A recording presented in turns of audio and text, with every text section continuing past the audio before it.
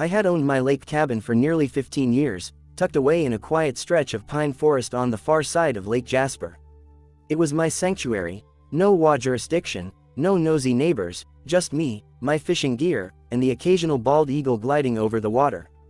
The cabin sat on private land that had been in my family since my grandfather's time, long before the gated communities with their rules and committees sprouted along the lake's western shore. The local WA, Lake Jasper Homeowners Association, ruled that side like a petty kingdom, but they'd never had any authority over my property. I was well outside their mapped boundary. Still, I'd heard whispers of their antics from folks who lived on the WA-controlled side: fines for painting shutters the wrong shade, nasty letters over lawn decorations, even threats of lawsuits over unauthorized kayaks. That's why I nearly laughed when I saw 3 WA officers, in their matching polo shirts with the association's logo, trudging up my private dock one sunny Saturday morning. I figured they'd gotten lost or maybe wanted to ask about renting a canoe. I never imagined they'd be here to kick me out of my own place. The leader of the trio, a tall, wiry man with a clipboard clamped under one arm, knocked twice on my cabin door without waiting for me to answer before pushing it open. "Mr. Collins," he said, stepping into my living room like he owned the place. "We'll need you to vacate the premises for the afternoon. The WA board has an urgent meeting scheduled here." I blinked at him, thinking it was some kind of joke. "You've got the wrong place," I said, standing up from the armchair where I'd been sipping coffee and reading. "This isn't WA property. This is my private home." His expression didn't change. "Yes, well, due to logistical constraints, we've decided this location is ideal for today's meeting. Your cabin's central to the community and has adequate seating. The agenda's time sensitive, so if you could gather your things and clear out." He gestured toward the door like I was some squatter overstaying my welcome. My pulse quickened, a mix of disbelief and anger rising in my chest. "Central to what community?" I shot back. "I'm not in your WA. You have zero right to be here." But they weren't budging. In fact, 2 of them were already wandering toward my dining area, eyeing the chairs like they were planning where to sit. I tried reason first, even though my patience was thinning. "Look, I don't know what kind of logistical constraints you're talking about, but this is private property. I don't care how urgent your meeting is, you're trespassing." The woman in the group, short with a tight blonde bun and a name tag reading, "Vice President," gave me a condescending smile. "Mr. Collins, we're doing this for the good of the neighborhood. Your cabin is the most suitable meeting space, and since you're technically part of the greater Lake Jasper community," I cut her off. "The greater community doesn't mean your WA. I never signed your bylaws. I never paid your dues. You're not holding anything here without my permission." That's when the tall man's tone shifted, dripping with that bureaucratic arrogance I'd heard about. "If you refuse, we'll have to escalate this matter to the county." "The county?" I almost laughed. "Please do," I said, crossing my arms. "I'll save you the trouble and call the sheriff myself." That stopped them for a second, just a flicker of uncertainty. But then, unbelievably, they started setting up anyway. Folding papers, shuffling chairs, even pulling out a small gavel. That's when I realized. These people weren't just entitled, they were delusional enough to think they had real power here. I didn't give them time to get comfortable. I walked straight past the clipboard guy, pulled out my phone, and dialed the sheriff's department. The dispatcher recognized my name immediately. "Living out here, you tend to know the local law enforcement, and I'd done some volunteer search and rescue work with them before." "Trespassers at my property," I explained calmly, though my voice was tight. 3 WA board members who think they can kick me out to hold a meeting here." The dispatcher sighed in a way that told me this wasn't the first WA nonsense call of the week. "We'll send someone out," she said.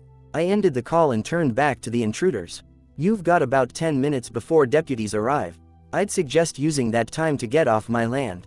The blonde VP smirked. "Oh, we'll wait. We know the sheriff, too." That smugness lasted right up until the patrol SUV rolled up the dirt drive, and the deputy who stepped out happened to be someone they didn't know, but I knew very well. Deputy Harris had been my fishing buddy for years. He took one look at me, one look at them, and said, "What the hell are you doing in Tom's cabin?" The WA officers froze, like deer in headlights. Deputy Harris stepped fully into the cabin, his boots clicking against the old oak floorboards as he scanned the scene. His gaze lingered on the stack of papers spread out on my dining table, the clipboard in the tall man's hand, and the ridiculous little gavel resting next to my coffee mug. Somebody want to explain to me, he said slowly, why I'm seeing WA paperwork in a private home that isn't part of an HOA. The clipboard guy straightened up, trying to salvage a shred of authority. Deputy, this is an emergency board meeting for the Lake Jasper Homeowners Association. We selected this location due to its centrality. Harris cut him off with a bark of laughter. You selected this location? Did you miss the part where it's not yours to select? This is Tom Collins' cabin. Tom isn't a member of your WA, never has been, never will be. The VP tried to slide in with her usual smugness. We were under the impression. Harris turned his head, his voice dropping into that calm, dangerous register I'd seen him use with belligerent drunks. Lady, impressions don't mean squat when you're trespassing. And right now, you are trespassing. The third officer, a shorter man with a balding head and a constant nervous twitch in his jaw, spoke up for the first time. Deputy, with all due respect, this matter is more complicated. This property is technically part of the Lake Jasper development. Harris tilted his head. Technically, no. I've seen the county plat maps. Your WA boundary ends nearly half a mile west of here. This land was never annexed, never signed into your covenants, never subject to your fees. The clipboard guy tried again, his voice growing more defensive. We had to relocate our meeting because the clubhouse AC is out and the heat is unbearable. Mr. Collins' cabin seemed. Harris didn't let him finish. You don't get to seam your way into somebody else's house. I don't care if your clubhouse burned to the ground, you can't just stroll into a man's living room and tell him to get out. At that point, Harris gave me a look, the kind of look that said I can handle this, but you might enjoy watching me work. I leaned back against the wall and folded my arms, more than happy to let him dismantle them. Harris pulled out his notepad. Names, please, full legal names, and yes, I'm talking to all three of you. They hesitated. Now, he added, his tone like steel. One by one, they rattled off their names. Harris jotted them down, then flipped to a clean page and started scribbling. Here's how this is gonna go, he said. You're going to pack up every single thing you brought into this cabin, papers, folders, your precious gavel, and you're going to take it back across the WA boundary. You're going to refrain from stepping foot on this property ever again unless Tom here invites you. And you're going to sign this statement acknowledging you understand you were trespassing and that future incidents will result in criminal charges. The VP's jaw dropped. You can't make us sign anything. Harris smiled. I'm not making you. I'm giving you a choice between signing a statement and riding with me down to the station for booking. Your call. They looked at each other, silent, their earlier arrogance deflating like a punctured balloon. I was expecting them to cut their losses, sign, and leave, but clipboard guy apparently had one last card to play. Deputy, you're failing to recognize the broader authority the WA has been granted under county ordinance. That was as far as he got before Harris flipped open a manila folder from his patrol bag and slid out a laminated copy of the county ordinance map, complete with signatures. Recognize it, I enforce it, and what this says is that your authority ends here. He tapped a spot on the map, at West Cedar Lane. Tom's property is over here. He tapped again, far outside their shaded jurisdiction. So not only do you not have authority here, you've just willfully violated private property rights. Do you really want to keep talking? Clipboard guy's lips pressed into a thin line. Without another word, he began sweeping papers into a folder. The VP grabbed the gavel, and the balding man kept his eyes on the floor. As they shuffled out toward the dock, Harris leaned in close to me. They'll try something else, he murmured. People like that don't like losing face. Keep your phone handy. I nodded, already knowing in my gut this wasn't over, not by a long shot. For a few days after the confrontation with Deputy Harris, the lake was back to its usual peaceful self. The only sounds were the wind in the pines, the soft lap of water against the dock, and the occasional call of a loon. But I couldn't shake Harris' warning from my mind, they'll try something else. He knew these people better than I did. The Lake Jasper WA wasn't just a petty committee, they were a clique of control-obsessed busybodies who thrived on finding loopholes and exploiting gray areas. Sure enough, on Thursday morning, I found a manila envelope wedged between the slats of my cabin's screen door. Inside was a formal-looking letter stamped with the HOA's logo. It began with, Notice of Community Easement Enforcement. According to them, the narrow gravel road that ran past my cabin and down to the lake's boat ramp was shared WA access, and as such, they were temporarily requisitioning my cabin is a community resource facility for the duration of critical administrative functions. I actually laughed out loud. Their critical administrative function was just code for we still want to hold meetings in your nice, air-conditioned space. The problem was, the gravel road in question wasn't theirs either. It was a private easement my grandfather had agreed to decades ago, allowing the public to reach the boat ramp as long as they didn't block my driveway or use my property.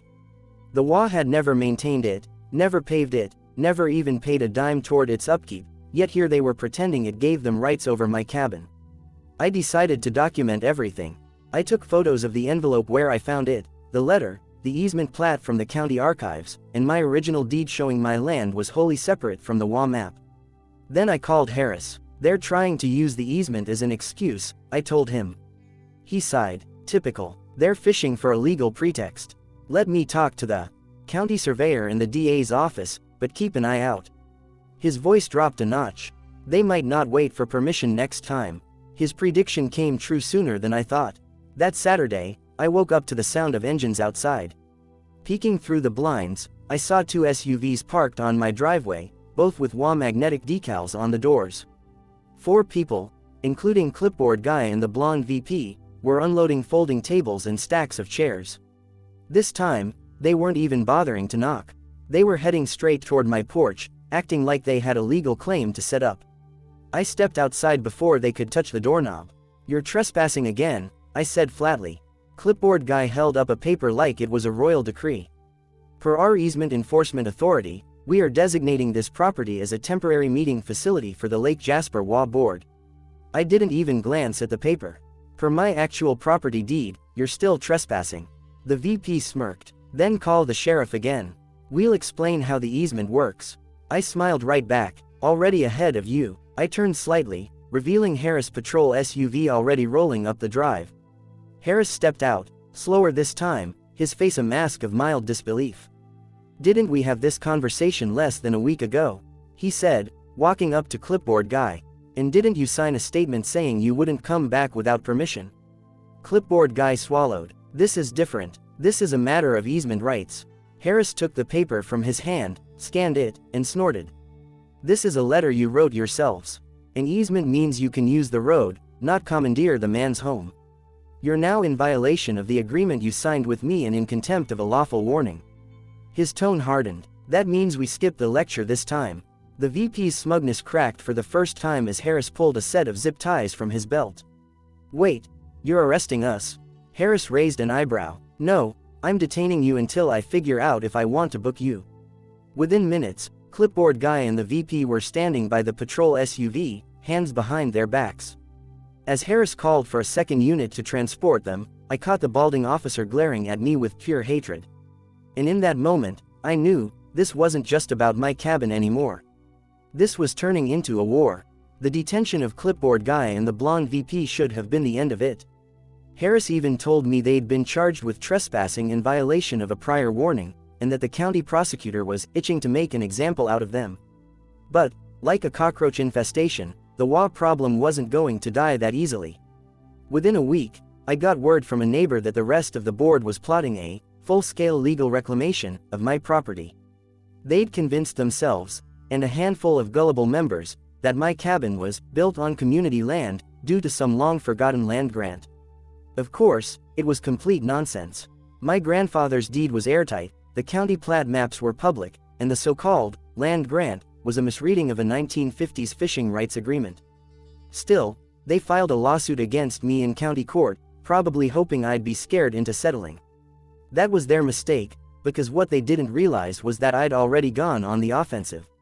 While Harris was handling the trespassing charges, I'd quietly hired a local attorney named Jeanette McGraw. Jeanette wasn't just any lawyer, she'd spent 15 years dismantling WA overreach cases for property owners across the state. She loved nothing more than prying into an HOA's own bylaws and finding the termites in their foundation. Within a week, she uncovered a goldmine: financial irregularities in the Lake Jasper HOA's budget, including unauthorized, administrative expenses, that just happened to match the cost of the WA president's new boat.